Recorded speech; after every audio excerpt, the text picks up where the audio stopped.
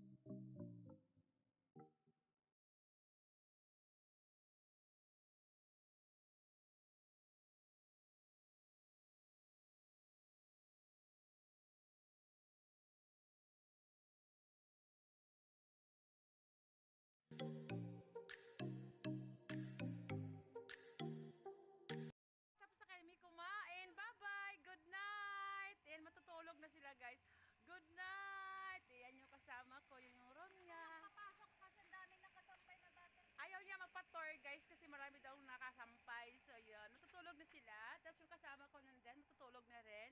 So, good night! Papasok na. So, yun guys. Papasok na rin ako sa aking room. Ayan. So, yun. Thank you for watching guys. Bye!